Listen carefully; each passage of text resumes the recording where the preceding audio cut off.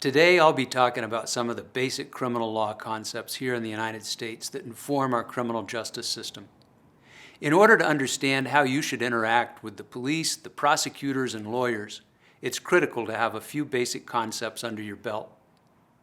Once you really understand these concepts, you'll have a much better chance of making the right decisions. We've all heard the phrase, "you're presumed innocent until proven guilty," thousands of times. But what it really means is this: no matter what the cops and witnesses say you did, no matter what the documents and videos show you did, until you either plead guilty or you are proven guilty by a jury, the law says that you are completely 100% innocent of the charges, or you decide to take a plea bargain and declare yourself guilty in front of a judge.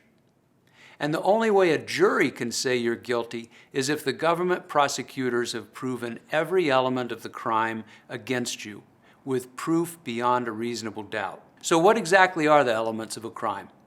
First of all, in the U.S., unless written laws, statutes, declare acts to be crimes, then those acts are legal. They're not crimes. And the statutes are all in writing. The legislatures write the laws and write the changes to those laws. Those statutes are basically like recipes that list the elements of a dish. For instance, the crime of riot in Arizona is described as a person commits riot if, with two or more persons acting together, such person recklessly uses force or violence, or threatens to use force or violence if such threat is accompanied by immediate power of execution, which all disturbs the peace. So that's a lot of elements to prove for a relatively simple crime. And we are all absolutely innocent of riot and everything else, unless and until the government proves every single one of those elements beyond a reasonable doubt. When I say beyond a reasonable doubt, it's important to have some context for what that means exactly. First, it's the highest amount of proof required in any court in the country. There are other standards of proof, like in a case about money.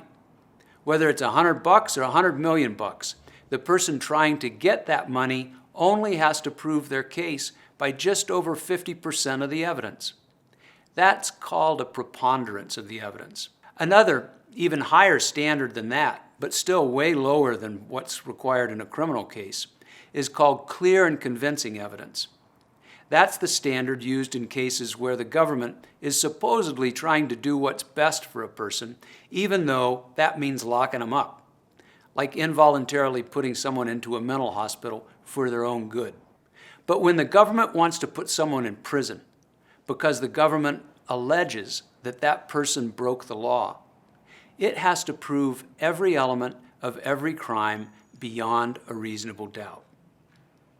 You might be saying right now, "Hot diggity, I'll never get convicted." But you'd be very wrong. Statistically speaking, almost everybody the government arrests and decides to prosecute ends up taking a plea bargain.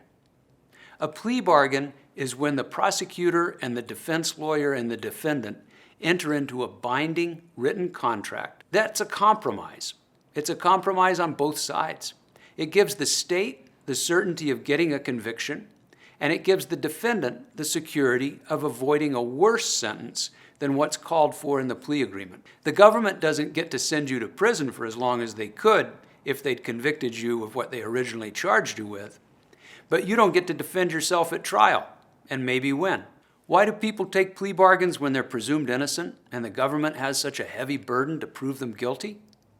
For one thing, most states and the feds have mandatory sentences.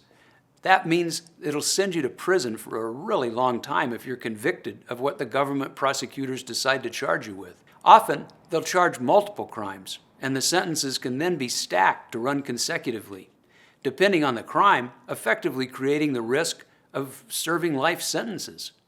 For another, the government has all the resources, including cops who know how to testify and persuade juries. And often the lawyers representing people that are too poor to hire their own lawyers are simply overwhelmed with huge caseloads, and they don't have the time or the resources to prepare and investigate for trials. So, know your rights and all the potential consequences before you act.